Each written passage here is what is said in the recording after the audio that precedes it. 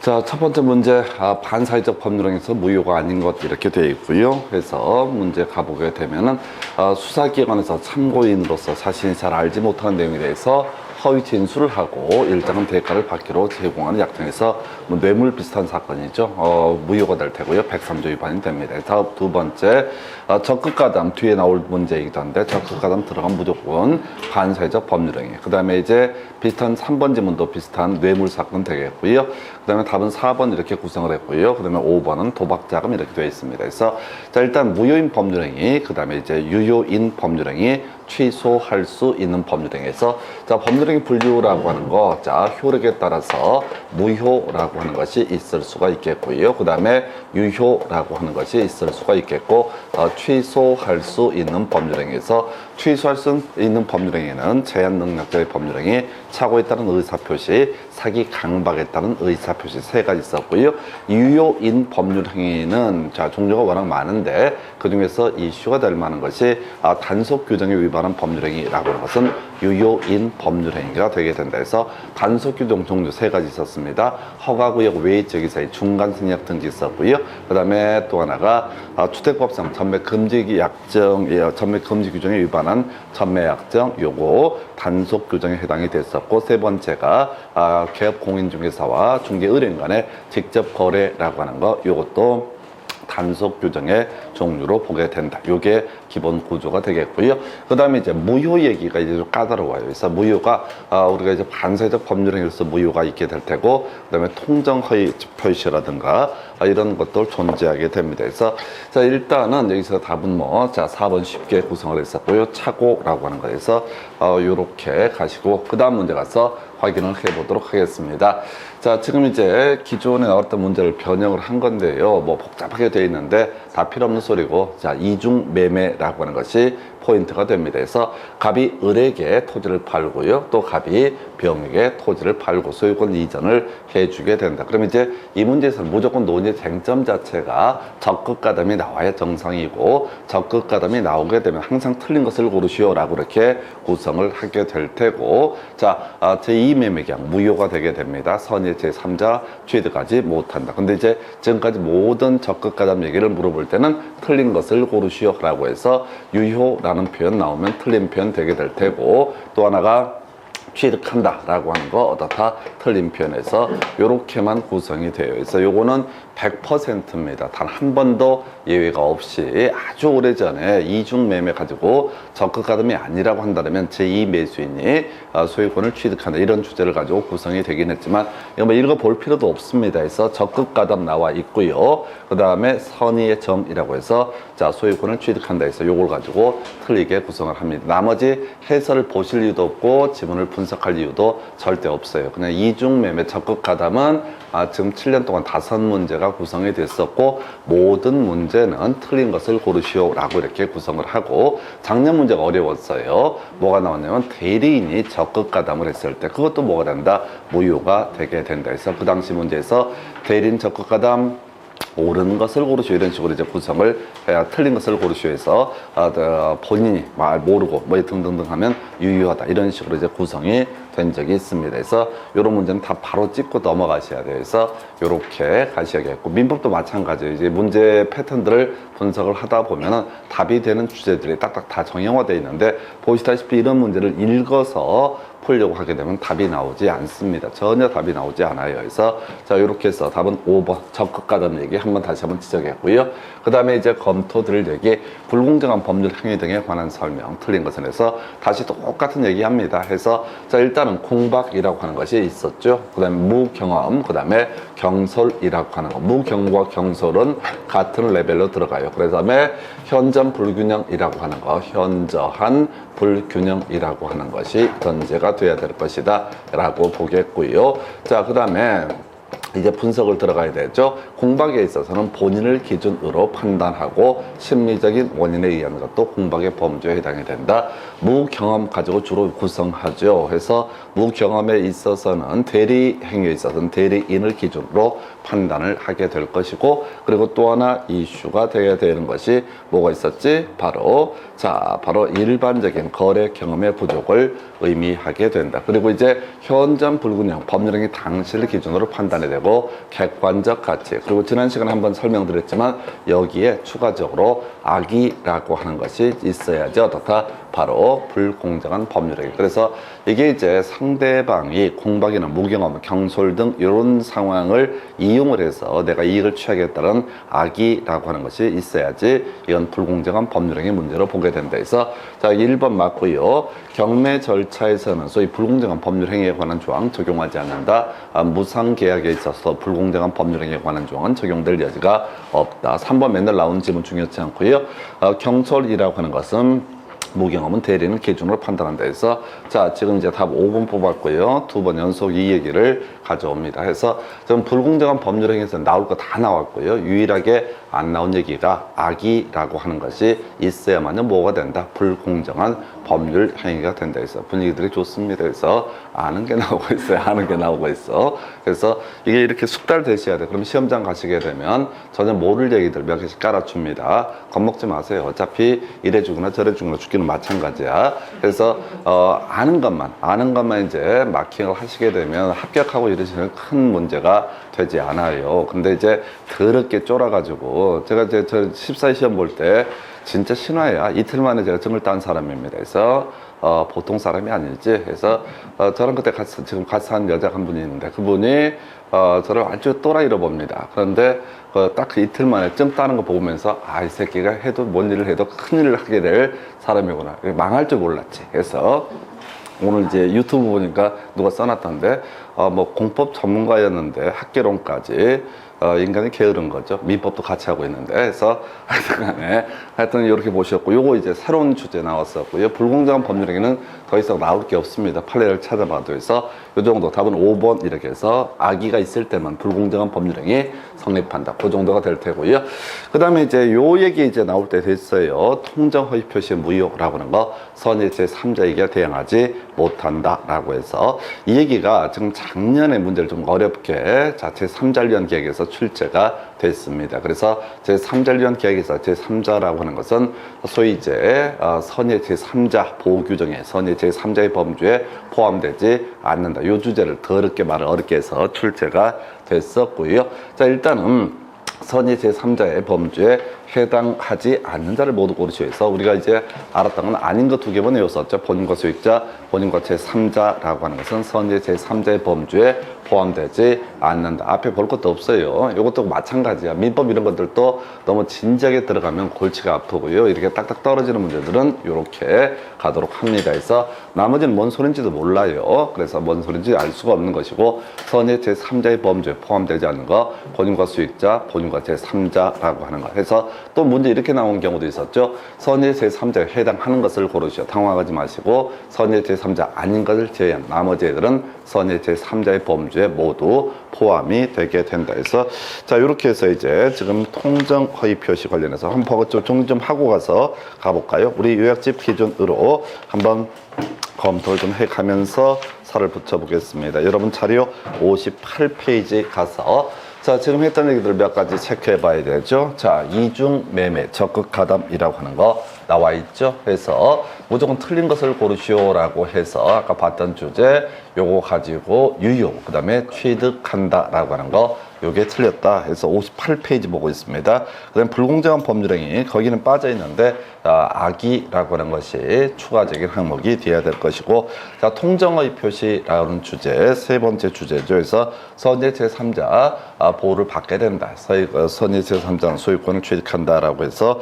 이게 기본 출발점이 돼야 됩니다. 이때 설령 선이 몰랐을 때 과실이 있다 할지라도 선의 제3자는 보호를 받게 된다. 제일 쉬운 문제 형태가 되게 될 테고 보호받는 제3자의 범주에 포함되지 않는 거 본인과 수익자, 본인과 제3자는 선의 제3자의 범주에 포함되지 않는다라고 할 것. 세 번째 이슈가 29회 30회 연속 나왔던 얘기죠. 은닉행위라고 하는 거 증여, 유효, 매매, 무효 이렇게 더 이상은 쫓아가면 안 돼. 증여, 유효, 매매, 무효. 그래서 이런 논리 구조가 되는 거죠. 갑이라는 사람이 통정하여 을과 증여를 원래 합니다. 근데 요거 숨겨져 있고 매매라고 이렇게 통정하여 어떤 법률행위를 을과 계약을 해서 등기를 넘겨주게 됩니다. 그러면 증여라고 하는 것은 유효가 될 거고 매매는 무효가 되게 된다. 그래서 이 을이라는 사람은 온전하게 권리를 취득을 하게 된다. 그래서 얘가 딴 놈한테 팔아먹든 말든 그건 그 다음 문제로 해석을 하게 된다. 이런 게 이슈가 됐었지요. 자, 해서 그 정도까지 논의 쟁점. 자, 그 다음에 이제 검토 드릴 답은 1번이었었고요. 그 다음 검토 드릴 주제. 자, 살펴보도록 하겠습니다. 자, 법률행위 무효 등에 관한 설명. 틀린 거. 자, 문제 아예 외우고 들어가야 돼. 무효 취소 또는 무효에 관한 설명. 이런 식의 문제는 무조건 무효인 법률행위의 추인이라는 개념을 가지고 구성을 하게 된다. 아예 통째로 문제 자체를 외우고 들어가셔야 돼. 그냥 짜고 치는 고스톱이에요. 그냥 법률행위 무효 또는 취소에 관한 설명이다. 이런 명제가 나오게 되면 무조건 무효인 법률행위에 추인해서 자, 어떤 법률행위라고 하는 것이 무효다. 그러면 아무런 효력이 발생하지 않는다. 그런데 무효임을 알고 이것의 추인이 있게 되면 이건 뭐가 된다? 유효가 되게 될 것이다. 라고 할 것. 일정한 경우 유효가 되고 일정한 경우에 추인 자체가 허용되지 않게 된다. 그때 자, 추인을 하게 되면 당연히 이때부터 다 만약에 법률행위를 한 시점이 1월 1일이고 추인을 한 시점이 3월 1일이다 라고 하게 되면 당연히 해석상 과거로 돌아가서 유효가 되는 것이 아니라 바로 3월 1일부터 바로 유효로서 그 효력이 발생하게 된다라고 해서 자, 이건 이제 너무나 당연한 얘기고요. 장래효 얘기 다시 가야 되죠. 계속 장래효가 출제 쟁점이 되게 되는데 해지라고 하는 것도 장래효라고 하는 것이 될 테고요. 그 다음에 바로 뭐가 있었지? 기한부 법률행위에서 기한의 도래, 장래요. 그리고 이제 시험에 자꾸 이제 장난치는 것들은 사실은 조건부 법률행위라고 하는 거. 조건부 법률행위는 원칙은 장래효가 되게 된다. 그러나 예외적으로 소급하기 의사를 표시했을 때는 소급효로서의 성격을 갖게 된다. 그래서 이게 조건부 법률행위는 이게 장래효가 될 수도 있고 소급효가 될 수도 있기 때문에 헷갈리기 때문에 출제위원들이 즐겨내는 출제 포인트가 되게 됩니다. 그 다음에 이제 가등기를 유효한 등기로 유용하기로 전용하기로 약정을 하게 되면 그때부터 유효한 것이 되게 된다. 무효인 가등기를 유효한 등기로 유용하기로 했을 때에서 이런 식의 논리 구조가 될 테고요. 자, 1번 무효인 법률행위 끄트머리 손해배상 청구할 수 없다 해서 그래서 나왔던 것이 바로 우리가 어디에서 했었냐면 차고 있다는 의사표시 취소해서 유의해 들어가면 어떻다? 취소할 수 있다. 그 중에서 해제라고 하는 것이 들어갔을 때 해제하면 소급해서 무효가 됐었죠. 자, 그런데 바로 이때 자, 상대방이 손해배상 책임을 지게 될 거니까 그때 착오를 이유로 의사표시를 취소해서 아예 손해배상 책임에서 벗어날 수 있다 해서 쟁점 안 되고요. 2번 질문요. 추인 요건을 갖추면 착오를 이유로 취소된 법률행위 추인도 허용된다 해서 소위 이제 일반적인 의미에서 상대적 무효라고 하는 거에서 취소할 수 있는 법률행위가 취소가 됐을 때 추인할 수 있고요. 주로 이제 시험 문제 구성하는 것은 통정 허위 표시, 비진의 의사 표시 중에서 통정 허위 표시를 가지고 구성을 하죠. 그래서 비진의 의사 표시는 내기가 지랄이야. 그래서 비진의 의사 표시고 상대방이 알았거나 알 수 있었을 때 무효가 된다. 그러면 이제 이 부분도 추인하게 되면 장래돼서 유효한 것이 된다. 이런 식의 논리 구조인데 이 뭐죠? 비진 의사 표시 문제는 문제 구성하기 힘들어. 그래서 맨날 나오는 것이 통정 허위 표시 추인하게 되면 바로 장래돼서 유효한 것이 되게 된다. 요 얘기 하나 있을 테고요. 이에 대응해서 반사적 법률행위라든가 또는 이제 불공정한 법률행위 또는 효력 규정에 위반한 법률행위 등은 추인하고 싶어도 추인할 수 없다라고 할 것. 자, 무권리자 갑이 무권리자가 갑의 권리를 자기의 이름으로 처분했을 때 갑이 그 처분을 추인하면 처분행위 효력이 갑에게 미친다. 가볼까요? 자, 바로 문권 대리도 아니고 대리도 아니구나 해서 자, 갑 소유 X 부동산에 대해서 자, 을이 병한테 팔게 됩니다. 매매 계약을 체결합니다. 근데 만약에 갑의 대리인 을이라고 표시를 하게 되면 은 이때는 갑에게 그 효력이 발생하게 될 것이다. 근데 이 아이가 뭐라고요? 그냥 지 것처럼 팔아버렸다. 이건 대리행위가 아니죠. 타인권리 매매가 될 텐데 그래서 본인한테는 아무런 법적 효력이 발생하지 아니할 것인데 그럼에도 불구하고 이 사람이 추인을 하게 되면은 이것도 유효한 법률행위가 될 수 있다. 자, 무효인 법률행위를 추인하게 되면 처음부터 새로운 법률행위를 한 것으로 본다 해서 제일 쉽게 구성했던 지문 4번 지문 틀리게 구성이 됐고요. 자, 불공정성을 이유로 무효가 된 법률행위 다른 법률행위로 전환될 수 있다. 민법 104조 위반 104조는 전환될 수 있다 해서 민법 138조와 관련한 쟁점이 되는데 쟁점 안 되고요. 자, 문제 간단하게 뽑아낸 사례. 그 다음 주제 가서 보겠습니다. 비진의 의사표시 등 틀린 것을 고르시오 해서 이것도 다시 이제 외우고 들어가야 되죠. 첫 번째 비진의 의사표시라고 하는 거 일괄사직 들어가면 좋다. 비진의 의사표시다라고 하는 거 요거 하나 이제 기억을 해야 돼. 일괄사직 들어가면 좋다. 비진의 의사표시라고 나머지는 다 비진의 의사표시가 아니다. 두 번째 비진의 의사표시가 되고 상대방이 알았거나 알 수가 있었으면 요건 무효, 몰랐고 알 수가 없었다라고 하면 유효 이렇게 가게 됩니다. 그래서 다른 법률 행위와 다르게 비진의 의사표시는 유효냐 무효냐 이런 얘기를 함부로 할 수가 없습니다. 그래서 두 번째 이슈, 자, 비진의 의사표시 중에서 상대방이 알았거나 알 수 있었을 때 무효라고 하는 거. 그리고 세 번째 이슈가 되게 될 것이 대리권 남용을 했을 때 비진의 의사표시에 관한 규정을 준용하게 된다라고 하는 거. 이런 식의 논리구조죠. 그래서 자, 갑소유 X 부동산에 대해서 을이라는 대리인이 있게 됩니다. 자, 그래서 이 부동산을 팔아달라라는 대리권을 수여받아서 병과 계약을 체결하는데 시가 1억짜리 물건을 2천만 원에 팔기로 하는 계약을 체결했다. 자, 그랬을 때 이게 이제 결국은 대리권을 남용하는 사례가 되게 됩니다. 어떤 얘기냐면, 자, 이거 팔면은 1,000만 원 줄게 라고 하니까 을이 이 부동산을 병한테 2천만 원에 팔기로 했다. 1,000만 원 생기가 되는 얘기죠. 이 내막을 상대방이 알았거나 알 수가 있었다라면 이때 본인에 대해서 유효를 주장할 수 없다. 이 얘기를 가리켜서 대리인이 대리권 남용했을 때 이때는 비진의 의사표시에 관한 규정을 준용하게 된다라고 하는 것. 즉 본인에 대해서는 자, 기본적으로 효력이 없다 해서 세 가지입니다. 그래서 비진 의사표시 비진 의사표시다라는 명제가 있게 되면 이거 일괄사직 들어갔으면 유효. 자, 옳은 편, 나머지는 틀린 편 이렇게 가야 될 테고요. 그 다음에 유효냐 무효냐라고 하는 것이 두 번째 쟁점. 세 번째가 대리인이 대리권 남용했을 때 비진의 의사표시에 관한 규정을 준용한다. 그래서 1번 지문요, 비진의 의사표시에 해당하지 않는다라고 해서 일괄사직 없으면 이거 옳은 편 구성을 하고 있습니다. 자, 비진의 의사표시에서 진이라고 하는 거 몰라도 돼. 이런 것들 쓸모없는 소리. 3번 질문, 매매계약에서 비진의 의사표시는 상대방이 선의이면은 자, 유효하다 이렇게 돼 있습니다. 그래서 가볼까요? 비진 의사표시 상대방이 알았거나 알이 될 테고요. 알 수 있었다라고 한다면 알았거나 알 수 있었다라고 한다면 무효가 되게 되겠죠. 그런데 몰랐다 그러나 알 수가 있었다라고 한다면 이건 뭐가 된다? 지금 요 문제 잘못 구성한 것 같은데, 자, 선이면은 선이 무과실이 돼야 되죠. 선이 무과실이 돼야지 유효가 될 텐데 요거 틀리게 뽑았고요. 지금 문제 답을 편집하는 과정에서 일단 3번 틀렸죠. 선이이면은 선이이고 과실이 있는 케이스라고요. 그럼 뭐가 된다? 요거 이건 이제 과실이 있으니까 알 수 있었으니까 무효로 가야 됩니다. 지금 편집을 잘못했어요. 그래서 일단 3번 틀리게, 일단 3번도 틀리게 구성이 됐고요.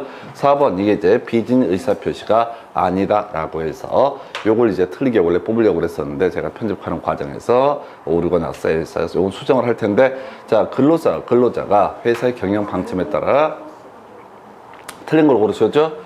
자, 그래서 근로자가 회사의 경영 방침에 따라 사직원을 제출하고 회사가 이를 받아들여 퇴직 처리를 했다가 즉시 재입사하는 형식을 취한 경우에서 사직원의 제출 행위 비진 의사표시에 해당이 된다. 요거 틀렸습니다. 그래서 지금 이제 판례 찾다가 새롭게 기존에 이제 일괄사직이라는 표현만 이렇게 일괄적으로 구성이 됐는데 그동안 이제 안 나왔던 판례 중에 하나가 이 아이예요. 그래서 요것도 일괄사직과 똑같습니다. 일괄사직이라고 하는 게, 자, 사직서를 제출을 했는데 누구는 수리하고 누구는 수리 안 하고 요 경우도 있지만은 이렇게 재입사하는 형식을 취했다라고 하면 요거 틀린 표현으로 구성을 했고요.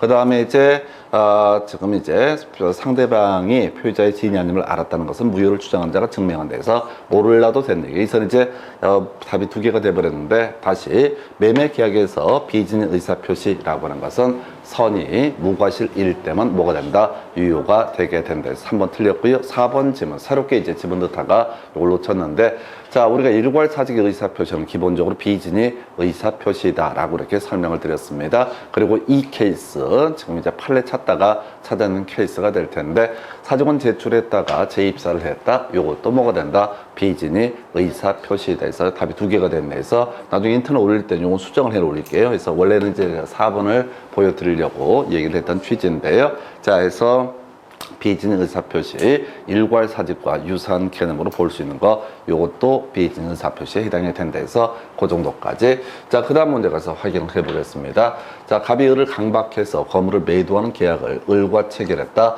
법정 추인 사유에 해당한다. 자, 이선 포인트를 봐야 돼. 갑이 을을 강박을 한다. 그럼 강박을 당한 사람 누가 된다? 을이 되게 된다. 그래서 을이라는 사람은 자, 취소권 행사를 할 수가 있죠. 그런데 우리가 취소권 행사할 수 없는 3가지가 있었습니다. 그 중에 하나가 추삼한십이라고 해서 추인할 수 있는 날로부터 3년, 법률행위를 한 날로부터 10년 경과가 돼버리면 제척기간 도과로 인해서 취소권을 행사할 수 없다. 2번째 이슈가 되게 될 것이, 자, 추인하게 되면 어떻다? 취소권을 행사할 수 없다. 근데 출제하는 포인트, 법정 대리인의 추인이라고 하는 거, 취소의 원인이 소멸되기 전에도 어떻다? 추인할 수 있다. 요렇게 가야 될 것이고요. 그래서 그게 하나의 포인트. 법정 대리인의 경우 취소의 원인이 소멸되기 전에 추인하더라도 그 추인은 유효한 것이 된다. 그리고 3번째가 법정 추인이라고 하는 개념. 그래서 이 문제의 유형은 항상 누가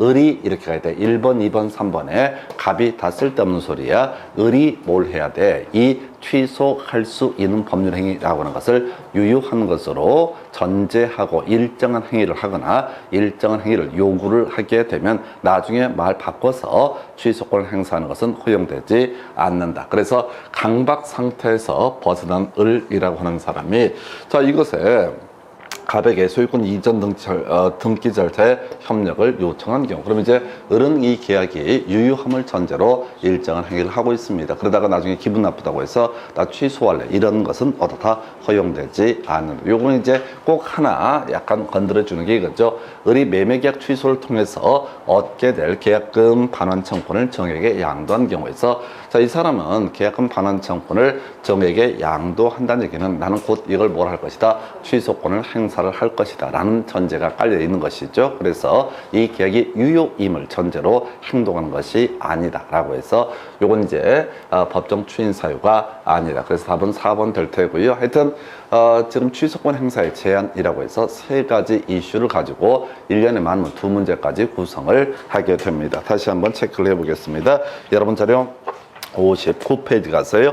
자, 취소권 행사의 제한이라고 해서 첫 번째 제척 기간에서 머리 글자 따서 외우셔야 됩니다. 추삼한십이라고 해서 추인할 수 있는 날로부터 3년 경과되거나 법률행위가 한 날로부터 얼마? 10년 해서 요걸 이제 법률행위가 있음을 안 날로부터라든가 이렇게 말장난들을 조금씩 하게 됩니다. 또는 추인할 수 있는 날로부터 3년을 취소할 수 있는 날로부터 3년 이렇게 말장난들을 하게 된다. 아니야 추삼한십이라고 하는 거, 요거 기간 도과되면 더 이상 취소권 행사할 수 없다. 2번째 이슈, 자, 법정 원래 이제 추인권을 행사를 하게 되면 어떻다? 이때는 취소할 수 있는 법률행위 더 이상 취소할 수 없다라고 할 것. 근데 이제 원래 추인권 행사라고 하는 것은 취소의 원인이 소멸된 다음에 해야만이 그 추인권 행사는 유효한 것이다 이렇게 갑니다. 예를 들어서 제한 능력자의 경우 제한 능력에서 탈피했을 때 사기 강박에 의해서 의사표시를 한 사람은 사기 강박에서 벗어났을 때, 착오에 의해서 의사표시를 한 사람은 착오에서 벗어난 다음에 어떻다? 추인권을 행사할 수 있다라고 할 것. 요렇게 이제 가게 될 테고요. 자, 그리고 나서 자, 여기서 출제 포인트. 자, 법정 대리인이 추인을 하는 경우에는 취소의 원인이 소멸되기 전에 하더라도 다 그 자체 유효한 것이 되게 된다. 3번째 이슈. 자, 지금 이 다음에 이제 자 법정 추인이라고 해서 취소권자가 일정한 행위를 하게 되면 어떻다? 이것은 법정 추인으로 보게 된다 해서 자 이 문제 유형 자체를 아예 외우고 들어가야 돼서 추사만십 그다음 법정 대리의 추인은 취소의 원인이 소멸되기 전에 추인할 수도 있다라고 하는 것 이렇게 해석을 하게 됩니다. 그 다음에 이제 제한 능력 관련해서는 딱 한 가지만 기억하자고 그랬어요. 제한 능력을 이유로 의사표시를 취소했을 때 선의 제3자 보호받지 못한다. 그 다음에 이제 착오에 따른 의사표시 지난 시간에 공부하셨습니다. 유의해 들어가면 어떻다? 취소할 수 있다. 자 그런데 최근에 나왔던 문제 중에 그런 게 있었어요. 착오에 따른 의사표시 취소할 수 없는 경우가 하나 있었죠. 바로 착오에 의사표시를 함에 있어서 착오를 이유로 의사표시를 취소하지 않겠다라는 약정을 하게 되면 그때는 더 이상 어떻다? 취소권을 행사할 수 없다. 뭔 소리냐면 갑소유의 X 부동산에 대해서 을이라는 사람이 매수인으로서 계약을 체결합니다. 이게 시가가 현재 1억 정도의 가치가 있게 됩니다. 그런데 이 토지가 소위 이제 개발 가능성 그런 소문들이 돌고 있는 상태야. 그래서 지금 이제 이 을이라는 사람이 갑을 쫓아가서 이거 나한테 2억에 팔아라 라고 이렇게 제안을 하게 됩니다. 그럼 이제 법을 많이 알고 있는 갑의 입장에서는 야가 개발 정보를 어디서 주워 들은지 어떤지 모르겠지만 나중에 중요 부분에 차고 뭐 이런 것들 시비를 걸면서 취소권 행사할 걸 대비해서 미리 특약을 넣는 거야. 너 나중에 착오를 이유로 의사표시 취소하지 않겠다는 각서 써라. 그러면 내가 팔겠다. 우선 지금 사놓고 나서 개발 안 된다고 해서 착오를 이유로 의사표시를 취소를 해버리면 난 나가리가 되니까 확약을 해라 라고 해서 확약을 했다. 그 상태에서는 어떻다? 더 이상 착오를 이유로 의사표시를 취소할 수 없다라고 하는 거. 요즘 독특한 개념을 가지고 구성이 됐어요. 그래서 다시 착오에 따른 의사표시의 취소 유의해 들어가면 어떻다? 취소할 수 있다. 이게 기본 구조가 되게 될 테고 유의해 들어가면 어떻다? 취소할 수 있다. 근데 취소할 수 없는 것 중에서 오표시 무효 원칙 하나 있었고요. 착오를 이유로 의사표시를 취소하지 않겠다라는 이런 약속을 하게 되면 더 이상 착오를 이유로 의사표시를 취소할 수 없다. 그 외에 사기 강박은 뒤에서 문제 보시겠지만 대리인의 사기 강박은 무조건 어떻다? 취소할 수 있다. 그런 식으로 이제 가게 되죠. 그래서 일단 답은 자 이렇게 4번 보셨고요. 그 다음 문제 가서 보도록 합니다. 사기에 따른 의사표시에 관한 설명 틀린 것을 고르시해서 자 일단 시험에 나왔던 지문이죠. 공동묘지 아파트 주택단지 인근에 공동묘지 있다는 것을 고지하지 않은 상은 기망행위에 해당하다. 큰 쟁점 안 되고요. 제3자의 사기에 의해서 의사표시를 한 표의자 상대방이 그 사실을 알았거나 알 수 있었을 때 취소할 수 있다. 몰라도 돼 해서 자 이런 식이죠. 갑과 을이 계약을 체결하고 병이라는 사람이 여기다 사기나 강박을 하게 되면 이 병이라는 사람이 사기나 강박을 했다는 사실을 이 사람이 자 상대방이 알았거나 알 수 있었을 때 제3자의 사기를 이유로 다 취소할 수 있다. 이런 식의 논리 구조인데 자 이 문제는 답 5번인가요? 이 사람이 대리인의 지위에 있게 된다라고 했을 때 대리인이 사기 강박을 해서 이 을이라는 사람이 계약을 체결했다라고 했을 때 설령 본인이 선의 무과실이라고 할지라도 당연히 어떻다? 이 사람의 법적 효력을 사기 강박에 대한 그 법적 효력이라는 게 결국 갑에게 귀속이 되기 때문에 갑을 상대로 어떻다? 취소권을 행사할 수 있다라고 해서 답은 5번으로 구성했습니다. 그래서 이게 지금 24회 때인가 25회 때 구성되고 27회 때인가 이렇게 판례 지문 하나를 가지고 구성을 했었고 그럼 주기상 다시 낸다라고 한다면 바로 사기 강박에서 출제 쟁점이 될 것은 그저 딱 한 가지 대리인의 사기 강박 관련해서 본인이 선의 무과실이라고 할지라도 바로 취소할 수 있다. 이렇게 가게 될 겁니다. 그래서 지금 착오 같은 경우는요 한 2년 내지 3년에 한 문제 구성하고요. 사기는 7년 동안 2문제 구성을 하게 됩니다. 거의 중요 쟁점이 아니고요. 그런데 일단 논의 쟁점이 되는 거. 자, 사기 파트, 사기 강박 파트는 대리인이 사기 강박을 했을 때 설령 본인이 선의 무과실이라고 할지라도 취소권을 행사할 수 있다라고 해서 그 정도가 되겠고요. 자, 그 다음에 이제 상품의 선정 광고 다소 과장이라고 합니다. 다소 이런 표현 들어가면 봐줄만 하다. 기망행위라고 볼 수가 없겠고요. 자, 4번 4번 질문은요. 자, 읽어보세요. 짜증나라고 판례지문 카피를 해봤습니다. 별 의미 없는 주제에서 자, 차구하고요. 사기각막 묶어서 유의해대 어떻다 취소할 수 있다. 유의해대 취소할 수 있다. 이렇게 해석을 하게 됩니다. 그래서 이 문제 답은요. 5번으로 구성을 했던 사례가 되겠고요. 그 다음 문제 가서 보겠습니다.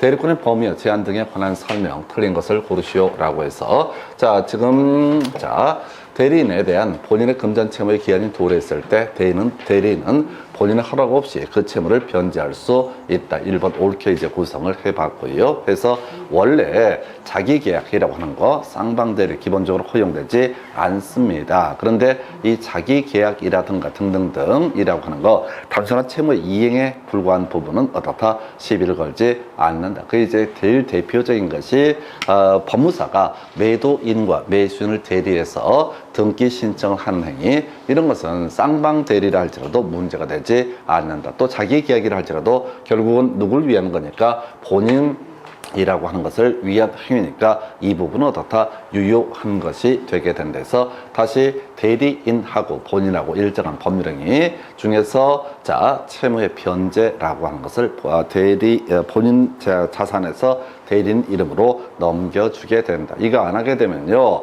채무 불이행에 따라서 이 대리인은 나중에 본인에 대해서 손해배상 이런 것들을 청구할 수가 있게 되거든요. 그래서 표현 좀 어려운데 지난번 답이 됐던 주제에서 일단 1번 옳게 구성을 해봤고요. 뒤만 가십시다. 중도금 잔금을 수령할 권한이 있다라고 하는 거. 자, 해서 요거 옳은 표현 되겠죠. 계약금, 중도금, 잔금을 수령할 권한. 좀 문제 어렵게 구성할 때 대금 지급 기회를 연기해 줄 권한. 이게 바로 자, 권한의 정함이 없는 임의 대리에서 대리권의 범주가 되게 될 것이고, 자, 그 다음에 대리인의 상대방이 자, 대리인이 상대방의 사기에 의한 의사 표시를 한 경우 자, 본인은 상대방에 대해서 의사표시를 취소할 수 있다 해서 갑이 본인이고 을이 대리인이 되게 될 테고, 자, 병이 뭐가 된다? 상대방이 된다. 대리에 있어서 기본 법률 관계는 본인과 병 사이의 문제로 해석을 해야 된다. 그래서 자, 이 대리인이 이 병 상대방의 사기 때문에 강박 때문에 일정한 의사 표시를 하게 되면 그 법적 효력은 누구한테? 갑에게 귀속되기 때문에 갑이 병을 상대로 다 취소권을 행사할 수 있다. 또는 자, 얘가 채무를 이행하지 않게 되면 병이란 사람은 갑에 대해서 해제권을 행사할 수 있다. 지난번 시험에서 갑이 채무를 이행하지 않으니까 병이 대리인 을한테 해제권을 행사한다. 이런 것들 틀렸습니다. 그래서 대리 행위에 있어서는 뭐 취소가 됐든 해제가 됐던 기본적인 틀 자체를 뭘로 가야 된다고요? 본인과 대리인의 관계에서 대리인이 상대방의 사기에 의해서 의사표시를 했을 때 이 법적 효력이라고 하는 건 본인에게 귀속이 될 테고요. 그래서 본인은 상대방 병에 대해서 취소권을 행사할 수 있다. 자, 그 다음에 각자 대리라거나 작년 시험 문제에 나왔던 주제이기도 하죠. 그래서 법률이나 수권행위에서 달리 정함이 없으면 각자 대리, 특별한 쟁점 안 될 테고요. 자, 그 다음에 이제 복대리권 소멸한다라고 하는 것이 있죠. 해서 복대리권을 소멸한다라고 해서 가볼까요? 해서 자, 우리가 사성파라고 하는 거, 사성파 들어가면 어떻다? 대리권의 소멸 사유가 되게 된다. 그래서 자, 대리인이 피한정 후견인 아닙니다. 그래서 사성파에 해당이 되지 않는다. 사망, 그 다음에 성년 후견 개시, 파산 선고라고 해서 답은 5번으로 구성을 했습니다. 그래서 자, 복대리권이 됐든 대리권이 됐든 소멸 사유 사성파라고 하는 거, 요렇게 그림을 잡게 돼야 되겠고요. 그래서 사성파라고 하는 개념, 이렇게 해서 답은 5번으로 구성을 했습니다. 그 다음 문제 가서 볼까요? 자, 갑은 자신의 토지를 매도하기 위해서 을에게 대리권을 수여를 했고, 을이 대리인이 되겠습니다. 을은 갑을 위한 것임을 표시하고 병과 매매 계약을 체결했다. 이때 본인은 갑이 될 테고 대리인 을이 될 테고 병이라고 하는 사람이 뭐가 된다? 상대방이 되게 된다. 그래서 1번 을은 자, 잔금 등 중도금을 수령할 수 있다. 대리인에 있어서 계약금, 중도금, 잔금을 수령할 권한이 있었고요. 대금 지급기를 연계해줄 권한도 포함이 되게 된다 해서, 자, 을은 누굽니까? 대리인입니다. 그래서 요런 갑을병 나올 때요. 자, 우리 보통 이제 민법 공부하는 방법 중에 하나가 그려보라고 얘기하는데, 그릴 시간은 없고요. 그냥 읽을 때 대리인 을은 뭘 할 수 있다? 중도금, 잔금을 수령할 수 있다. 자, 상대방 병이 적법하게 계약을 해지했을 때 병은 을에게 손해배상을 청구할 수 있다. 이걸 틀리게 구성을 했었죠. 해제권 행사, 병은 누구한테? 자, 갑한테 해제권 행사를 해야 될 것이고, 그 다음에 손해배상, 해제에서 발생하는 손해배상 청구의 문제도 누구한테? 갑에게 행사하게 된다 해서 2번을 틀리게 뽑았고요. 병이 채무를 이행하지 않았을 때, 자, 을은 계약을 해제할 수 없다라고 해서, 자, 우리 계약 체결 대리권의 범죄는 계약 해제권은 포함되지 않는다. 그 다음에 4번, 병이 적법하게 계약을 해제했을 때 그 원상 회복 의무는 갑과 병이 부담을 하게 된다라고 해서 뒤에서 바로 해제 설명드리겠습니다. 5번, 만약 갑이 매매계약 체결과 이행에 관해서 포괄적 대리권을 수여했을 때 끄트머리 대금 지급기를 연계해줄 권한도 가진다 해서 중도금, 잔금 수령할 수 있고요. 대금 지급기를 연계해줄 권한은 있지만 대리인이 해제권을 가지고 있는 것은 아니다. 그래서 사실은 이제 이건 1번하고 3번하고 5번 세 개 가장 기본적으로 계약 체결 대리권력이 요걸 가지고 구성을 하고 있네요. 그래서 답은 2번 받고요. 일단은 항상 대리 행위에 있어서 해제나 취소 이런 얘기들은 항상 누구와 누구의 문제로 봐야 된다. 바로 본인과 상대방의 문제로 해석을 해야 된다 해서 이렇게 살펴드렸고요. 자, 그 다음에 이제 대리인이 지금 이제 사기 강박을 당하거나 착오해서 의사표시를 했을 때 갑이 뭘 할 수 있다? 병한테 취소권을 행사할 수 있다. 이렇게 그림 잡아줘야 될 것이고요. 하나 주의하실 거, 이 사람이 제한 능력자다. 대리인이 제한 능력자가 됐을 때 원래 제한 능력자의 법률행위를 취소할 수 있지만 제한 능력자의 법률행위를 취소할 수 있게 규정한 취지는 제한 능력자의 재산권 침탈을 막기 위한 것이다. 그래서 을이 대리인으로서 제한 능력자인 을이 대리인으로서 일정한 법률행위를 했을 때 제한 능력자 스스로의 재산권은 침해되지 않는다. 그래서 제한 능력자, 대리인 제한 능력자 이 사람의 제한 능력을 이유로 의사표시를 취소하는 것은 법정 대리인이 됐든 또 본인이 됐든 전혀 인정되지 않는다. 이게 좀 난이도 있게 구성했던 문제 유형해서 이 문제 답은 2번 되겠고요. 그 다음 문제 가서 봅니다. 대리권 없는 을이 갑을 대리하여 갑의 토지된 임대차 계약을 병과 체결했다. 다시 갑시다. 자, 지금 갑이라는 사람이 본인이 될 테고 대리권 없는 을이라고 해서 무권 대리인 되겠습니다. 무권 대리인이 병과 임대차 계약을 체결했다라고 하는 거. 자, 일단 기본 구조 다시 가셔야 됩니다. 본인의 입장에서 생각을 해야 되죠. 본인은 추인하기 전까지는 본인에 대해서 무효. 한편 본인이 추인을 하게 되면 소급해서 뭐가 된다? 유효가 되게 된다. 이게 헷갈리죠. 그래서 앞에서 무효인 법률 행위의 추인이라고 하는 거 장래에 대해서 효력이 유효한 것이 되게 된다. 이에 비해서 지금 무권 대리 행위의 추인은 추인하게 되면 소급해서 유효가 되게 된다. 좀 까다로운 지문 되겠습니다. 헷갈리는 파트예요. 두 번째 이슈, 조건을 간추인, 변경을 간추인은 상대방이 동의하지 않는 이상 무효가 되게 될 것이다. 이게 본인의 입장에서 만약에 본인이 추인 거절을 하게 되면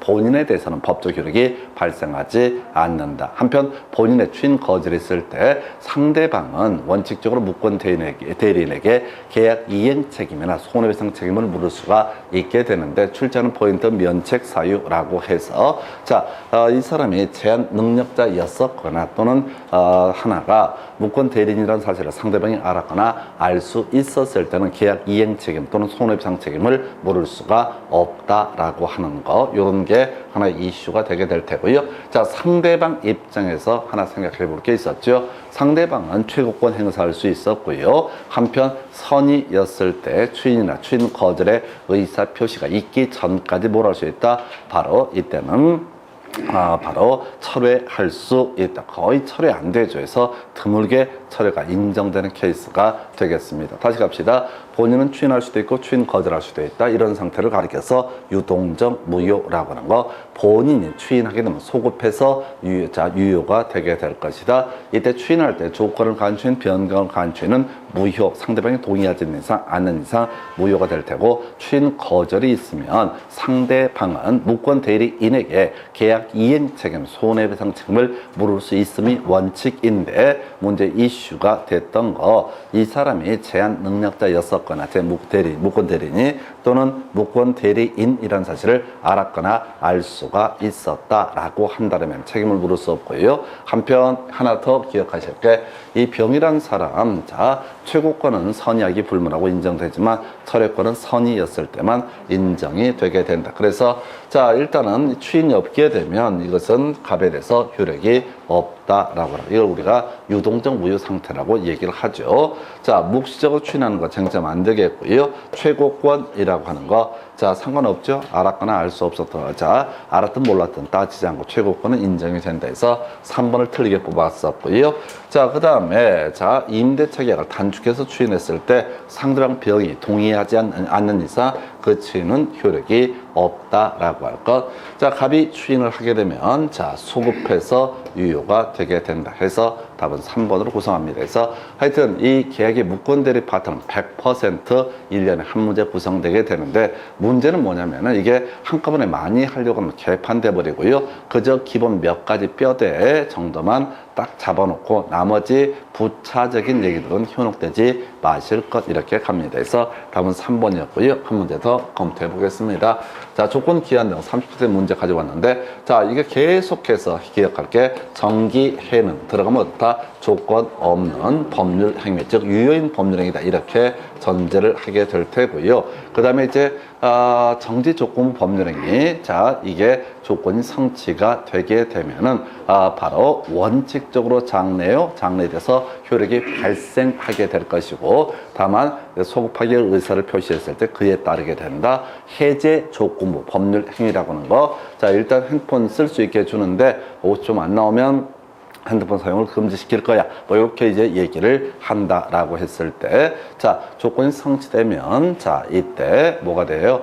법률 행위에서 효력을 상실하게 되는 것을 해제 조건에서 다시 정지 조건, 법률행위 효력 발생이라고 하는 거, 해제 조건은 법률행위 효력 소멸이라고 하는 거, 이게 기본 구조가 되게 될 테고, 그 다음에 이제 기본 문제는 뭐라고요? 정기해능 하면 어떻다? 조건 없는 법률행위라고 하는 거. 그래서 이게 이제 옛날 문제에서, 요즘의 문제는 정기해능으로 거의 다 도배가 되고 있고, 옛날에는 이 조건이 정지 조건 법률행위에서 조건이 성취가 됐을 때 소급해서 유효냐 또는 장래돼서 유효냐, 이런 것을 가지고 하나 구성을 했었고, 원칙은 장래요, 예외 소급효, 마지막 이 조건부 권리라는 것도 처분 등을 할 수가 있다. 그래서 30회 때 문제인데요. 일단 가보십시다. 해제 조건 있는 법률행위, 법률행위 조건이 성취된 때부터 효력이 소멸하게 된다. 1번 틀렸고요. 2번 모를 얘기 나와 있고요. 3번 조건이 법률행위 당시 이미 성취할 수 없는 것인 경우, 이걸 우리가 불능 조건이라고 부르게 됩니다. 그 다음에 정지 조건이 불능 조건이다 라고 하게 되면 이건 뭐가 된다? 무효가 되게 된다. 그래서 정지 조건이 기성 조건이게 되면은 이때는 뭐가 되고, 조건 없는 법률행위가 되게 될 테고, 그럼 나머지는 불능 조건, 정지 조건이 불능 조건이거나 불법 조건일 때는, 이때는 불법 조건일 때는 무효가 된다. 그리고 이제 이 문제가 나왔으니까 그 전에 나왔던 주제가 뭐였냐면은, 정기해능은 당연히 가장 기초가 되는 개념이고, 불법 조건부 법률행위에서는 조건만 무효가 되는 것이 아니라 법률행위 전부가 무효가 되게 된다. 그 주제 정도가 아마 남아 있습니다. 그래서 여기서요, 2번, 그 다음에 4번 이런 별 필요 없어요. 상계 의사 표시라고 하는 거, 이게 이제 통치는 걸 얘기하죠. 우리가 동시 이행 항변권 얘기할 때 공부하게 되는 건데, 이런 조건 기한이라고 하는 것은 상대방이 동의했을 때만 어떻다? 붙일 수가 있다. 근데 이 지문 자체가 지금 뭐라고 돼 있죠? 옳은 것을 고르시해서 답 3번 뽑아놨는데, 문제는 5번 같은 경우도, 아니, 상계 의사 표시의 시기, 이런 시기 기한을 붙일 수가 원칙적으로 없고요. 예외적으로 있기 때문에 애매해진다고. 이게 붙일 수 있는 경우도 있는데 라고 생각해버리면 꼬여버린다고요. 그래서 이 문제에서는 그냥 그저 모든 얘기가 정기해능이라고 하는 거 답 외우고 들어가야 되고요. 그 다음에 기한 이런 것들은 최소한 지금까지 문제에서는 거의 단 한 번도 출제 쟁점이 되지 않았다. 다 흔들어주는 지문이다. 쫓아가시면 안 된다. 이렇게 갑니다. 그래서 답은 3번. 답은 항상 쉽게 구성이 되고 답이 아닌 것들이 어려워요. 답이 쉬운 이유는 그게 쉬워서 쉬운 게 아니라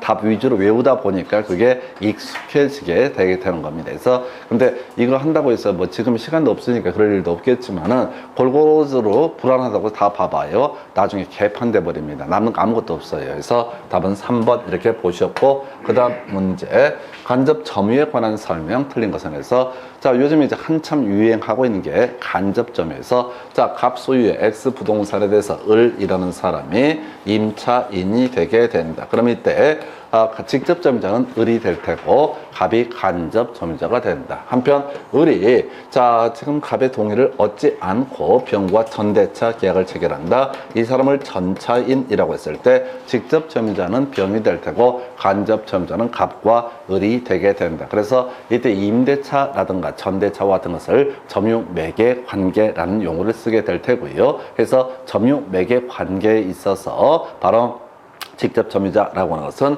소위 이름하여 자, 타주 점유가 되게 된다라고 하는 거. 자주 점유, 소유 의사를 하는 점유를 가리켜서 자주 점유라고 부르게 될 테고, 자, 그 다음에 소유 의사가 없는 점유를 가리켜서 타주 점유. 그래서 자, 요거 이제 항상 간접 점유에서 직접 점유자 얘기 있을 테고, 이게 동의가 있든 없든 간에 실제 점유하고 있으면 병을 가리켜서 직접 점유자, 나머지를 뭐라고 한다? 간접 점유자 이렇게 가게 됩니다. 그래서 자, 1번 지문 모를 얘기, 2번 지문 점유 취득 시효의 기초인 점유에는 간접 점유도 포함된다 해서 점유 취득 시효는 그런 식의 얘기였었죠. 20년간 소유의 의사로 평원 공인에게 점유한 사람, 이 사람에게 등기 청구권이라는 것이 발생한다. 요즘에 잘 내지 않았는데 등기 청구권이 발생이 되고요. 등기가 넘어와야지 결국은 이 사람은 그 권리를 취득을 하게 된다. 자, 비교해서 기억할 거 있죠? 민법 186조, 187조 얘기 관련해서 자, 등기 필요한 것이 있었죠. 등기 필요한 거. 자, 첫 번째 공유물 분할과 관련해서 협의 등에 의해서 분할이 이루어지게 된다. 그럼 어떻다? 등기에 있어야지 물권 변동 효력이 발생한다. 두 번째, 시효 취득이라고 해서 이 시효 취득은요, 소유권에 관한 시효 취득이 됐든 지역권이든 지상권이든 시효 취득이라고 하는 거 당연히 등기해야지 어떻다? 효력이 발생한다. 소유권의 시효 취득이라는 게 매매 계약 등을 체결하고 꼭 그럴 필요는 없지만은 매매 계약을 체결하고 등기를 미처 넘겨받지 아니한 사람이 20년간 소유해서 평온 공인하게 점유했을 때 소유권 이전 등기를 넘겨달라. 이런 식의 얘기를 소유권의 시효 취득이라고 부르게 될 테고요. 또 이런 것도 있죠. 지상권의 시효 취득이라고 하는 거, 지상권 설정 계약 다음에 지상권 설정 등기를 안 하고 20년간 지나버렸다. 그리고 나서 20년 지난 상태에서 등기 청구권 행사가 하게 되면 그때 지상권 설정 등기를 해줄 의무가 있을 테고요.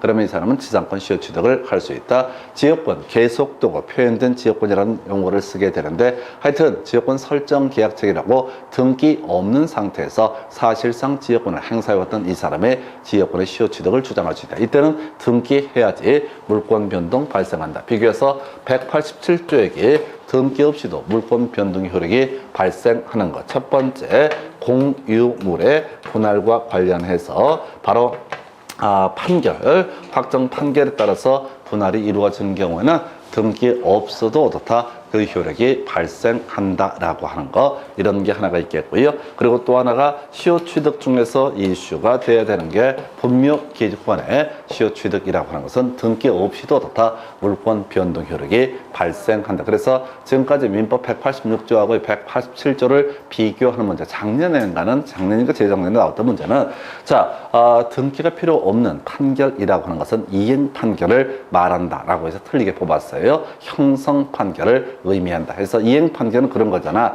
등기법 공부할 때 공부했던 주제, 갑소유 X 부동산을 을과 매매 계약을 체결을 한 상태이다 라고 이렇게 얘기를 하게 될 테고, 지금 뭔 얘기하려다가 옆으로 했지? 자, 요것은 다시 돌아와서 시효 취득하고 분묘 기준권의 시효 취득은 등기가 필요 없다. 등기할 수도 없는 것이고요. 공유를 분할, 형성 판결이기. 자, 그래서 다시 이행 판결이기 가야 되죠. 갑이 등기를 안 넘겨주니까 을이 소유권 이전 등기 청구 소송을 제기해서 이제 판결문을 받게 됩니다. 그러면 이 사람은 이 등기부를 가지고 혼자 단독으로 다 소유권 이전 등기를 신청할 수 있다. 이걸 우리가 이행 판결이라 부르고, 이행 판결에 있어서는 종국적으로 승소한 등기 권리자, 승소한 등기 의무자가 등기 신청해서 등기가 이루어져야지 물권 변동 효력이 발생하게 된다. 이렇게 갔던 것이고, 한편 공유물 분할 판결 같은 경우는 뭐라고요? 등기 없어도 그 자체로 물권 변동 효력이 발생하기 때문에 등기법에서 형성 판결, 공유물 분할 판결에 있어서는 승소한 자, 패소한 자 불문하고 다 등기 신청이라고 하는 것을 할 수가 있다. 예, 그 판결문 가지고요. 그래서 그 얘기 같이 묶어서 설명드렸고, 그래서 지금 2번 지문. 자, 점유 취득 시의 기초에 있는 점유에는 간접 점유도 포함한다 해서 이거 4가지고요. 이 사람이 등기를 안 한 상태에서 자, 20년간 딴 사람한테 임대차 계약을 체결해서 맡겨놓은 경우에 당연히 시효 취득 주장할 수 있다. 이런 식의 얘기. 직접 점유자가 점유를 양도한 경우, 자, 끝머리 간접 점유가 침탈된 것은 아니다라고 해서, 자, 이게 이제 점유물 반환 청구권 얘기가 있게 됩니다. 그래서 점유물 반환 청구권이라는 것은 점유물 침탈 당했을 때 그 돌려달라고 할 수 있는 거예요. 그래서 요즘엔 살려지 않는데 인도 또는 양도하게 되면 점유물 반환 청구권 행사할 수 없다라고는 주제에서, 자, 답은 4번 뽑았었죠. 간접 점유자에게 당연히 점유권에 기한 물권적 청구권 인정이 되게 된다라고 해서 4번을 답으로 구성했고요. 5번 점유 매개 관계를 발생시키는 법률행위 무효라 할지라도 간접 점유 인정될 수 있다 해서 어떤 이유로 임대차가 무효가 됐다라고 할지라도 당연히 어떻다 간접, 현재 직접 점유하고 있는 사람, 이 사람은 직접 점유자, 그리고 그 사람한테 어떤 형식이 됐든 점유를 허락했던 사람을 가리켜서 뭐라고 한다? 간접 점유자라고 해서 답은 4번 뽑았고요. 하나만 더 보고 나서 나머지 장점 볼게요. 점유자 회복자의 관계에 관한 설명, 틀린 것을 고르시오라고 해서 일단 미리 외우고 들어가야 되죠. 그래서 첫 번째, 자, 과실 수취권이라고 하는 거, 자, 누구 선의였을 때만 과실 수취권이 인정이 된다. 그래서 자, 선의의 점유자 과실 수취권을 갖기 때문에 이 사람은 뭐는 인정되지 않는다. 통상의 필요비 상환 청구라고 하는 것은 어떻다 인정되지 않는다라는 주제가 나올 테고요. 과실 수취권이 없기 때문에 어떤 과실을 취득을 하게 되면 악의 점유자는 반환해야 될 것이다. 근데 시험에 나왔던 거, 악의 점유자 과실 없이 과실을 취하지 못했을 때 보상하지 않아도 된다. 이게 이제 두 번째 쟁점이 되게 될 테고, 비용 상환 청구권에서 이미 나왔던 거, 선의 점유자 통상의 필요비 상환 청구할 수 없다. 그리고 이제 유익비 상환 청구 관련해서 용어의 지정이 가액의 증가가 현존했을 때 유익비 상환 청구, 유익비 상환 청구에 대해서 상환 기간을 허용할 수 있다. 여기서 파생되는 주제가 법원에서 유익비 상환 청구에 대해서 상환기간 허위를 인정을 하게 되면은 그때는 더 이상 유치권 주장할 수 없다라고 뒤에서 공부하겠지만, 유치권 인도 거절권을 행사할 수 없는 게 두 가지, 압류의 효력이 발생한 후에 성립한 유치권하고요. 또 하나 이슈가 되게 될 게 바로 유익비 상환 청구에 대해서 법원에서 상환 기간을 허용해 준 경우, 이때는 인도 거절권 등을 행사할 수 없다 이렇게 갑니다. 그래서 자, 1번 지문 잘 모르겠고요. 2번 지문요. 선의 점유자 과실을 취득하기, 그리고 있었고 저거 있었구나. 점유물이 멸실이 됐을 때, 자, 선의 자주 점유자만 현존 이익 한도고 나머지는 모두 손해 첨부를 반환해야 된다 이렇게 갑니다. 그래서 2번 맞고요. 3번, 자, 멸실이 됐다라고 했을 때 소유의 의사가 없는 선의 점유자 손해 첨부를 배상해야 된다. 오른편 되겠습니다. 그래서 선의 자주 점유자만 현존 이익 한도라고 할 것. 4번, 점유자가 점유의 방해를 받을 염려가 있을 때 방해 예방 등을 청구할 수 있다. 그 다음에 이제 필요비를 지출했을 때 가액의 증가 현존해서 요거 틀리게 구성을 했습니다. 그래서 요 정도 가지고, 자, 이 내용 가지고요. 자, 점유권 한번 간단하게 체크를 해 보도록 하겠습니다. 여러분 자료 기준으로 점유권 얘기는 몇 페이지에 나와 있냐면요. 69페이지 가서 주요 쟁점들 확인을 해 보겠습니다. 그래서 자 먼저 점유의 유형, 그 다음에 추정이라고 해서 추정 소유의 의사로 평온 공연하게 그 선의로 점유한 것으로 추정한다. 근데 이제 시험 문제 테크닉 중에서 추정한다 이런 것들은 틀리든 맞든 중요한 쟁점이 아니다 해서 점유를 추정한 데서 틀리게 나올 때는 옳은 것을 고르시오 이렇게 구성을 하게 될 테고요. 자, 전후 양시의 점유는 사실이 있을 때 자 계속한 것으로 그 점유는 계속한 것으로 추정하게 된다. 첫 번째 쟁점 자주 점유와 타주 점유에서 자주 점유 소유의 의사라는 점유냐 소유의 의사가 아닌 점유냐를 따짐을 할 때 기본적으로 권원의 객관적 성질 점유를 하게 된 권원의 객관적 성질에 따라서 판단하지만 이게 불분명했을 때는 자주 점유로 추정을 하게 된다. 자, 그리고 자, 답 안 되는데요. 자주 점유의 추정이 깨어지는 것 딱 한 가지 무단 점유였을 때는 어떻다 깨어지게 된다. 큰 쟁점 아닙니다. 그런데 거슬려요. 깨어지는 것 딱 한 가지 무단 점유. 그 다음에 선의의 점유, 악의의 점유에서 점유자 선의로 점유한 것으로 추정하니까 여기서 파생하는 문제 과실 수식권을 선의의 점유자는 갖게 될 것이다. 그 다음에 지금 요거 꼭 기억해 달라고 그랬어요. 지금 낼 거 다 냈는데 최근 7년 사이에 안 냈던 거 선의의 점유자라고 할지라도 본권에 관한 소에서 패소한 때 자 그때는 자 소 제기된 때부터 악의 점유자를 본다. 그래서 이 주제만 지금 안 나왔어요. 지금 나올 거 다 나왔는데 얘만 아직 안 나왔어. 그래서 이게 이제 왜 문제가 되냐면은 그 뒤에 이제 논의할 주제 중에 하나가 본권에 관한 이유로 재판하지 못한다. 이게 이제 문제 하나 쟁점 삼았었거든요. 그러면 이제 남아있는 것이 자 소가 제기된 때부터 악의 점유자를 본다. 아마 틀린 것을 고르시오가 나올 테고 얘가 뭐라고 판결이 확정된 때부터 악의 점유자를 본다. 아마 이렇게 추리를 쓸 거예요. 그래서 조금 어렵습니다. 그래서 그 정도가 됐고 하자도 승계한다. 뭐 이런 것들이 있었고요. 그 다음에 점유권이라고 하는 거 직접 점유권과 간접 점유권이라고 해서 다른 사람에게 직접 점유를 허락해준 사람의 점유를 가리켜서 간접 점유라고 부르게 됩니다. 넘어가서 자 이 점유권이 물권적 청권이라고 해서 자 점유자 자신의 점유를 침탈당했을 때 그 침탈한 자에 대해서 반환 청구권 행사할 수 있다. 근데 아까 지문 속에 한번 나왔던 것이 자 어떤 이유가 있어서 침탈당한 게 아니라 제3자가 직접 점유자가 이걸 양도를 해버렸다라고 한다면 간접 점유자 등은 반환 청구권 행사할 수 없다. 좀 어려운 주제 되겠습니다. 그래서 여기서 파생됐던 문제가 점유권에 기인한 소, 본권에 관한 이유로 재판하지 못한다. 최근 29회 때인가 답이 됐던 주제가 되겠습니다. 나머지 쟁점 안 될 테고요. 그 밑에 가서 점유자 회복자의 관계 하도 많이 하니까 이제 외워버립니다. 그래서 선의의 점유자 과실 수취권을 갖게 될 테고요. 악의 점유자 과실 없이 과실을 수취하지 못했을 때 보상하지 않아도 된다. 비용상환청구권 관련해서 선의의 점유자 과실 수취권을 갖기 때문에 통상의 필요비 상환청구는 하지 못한다. 유익비 상환청구요. 가액의 증가가 현존했을 때 인정되는 것이고 유익비 상환청구에 대해서 바로 법원에서 유예기 허여자 이 유예 기간을 유예해 줄 수가 있다. 요걸 갖고 이제 가액의 증가 현존했을 때 필요비라든가 또는 법원에서 상환기간 유예를 해줄 수 있다. 필요비 틀렸습니다. 유익비에 한해서만 그렇게 되는 것이고요. 그 다음에 이제 점유물이 멸실 훼손됐을 때 선의의 자주 점유자 이 사람만 현존 이익한다. 나머지는 손해 전부에 대해서 배상을 해야 된다. 여기까지 보시고 잠시 끊었다가 다음 주제 봅니다.